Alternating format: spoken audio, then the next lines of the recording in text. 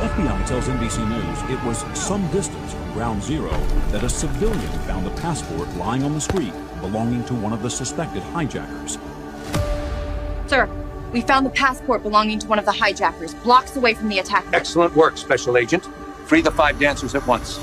Sir, what if someone just planted the passport there? Heck!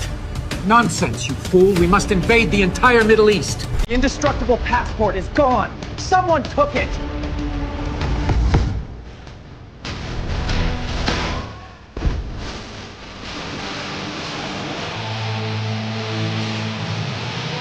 Who is Passport Man? Did he steal and then reverse engineer the indestructible passport of one of the hijackers? If they made buildings out of passport paper, maybe they'd still be standing. Now I've got to make sure this never gets used the wrong way again.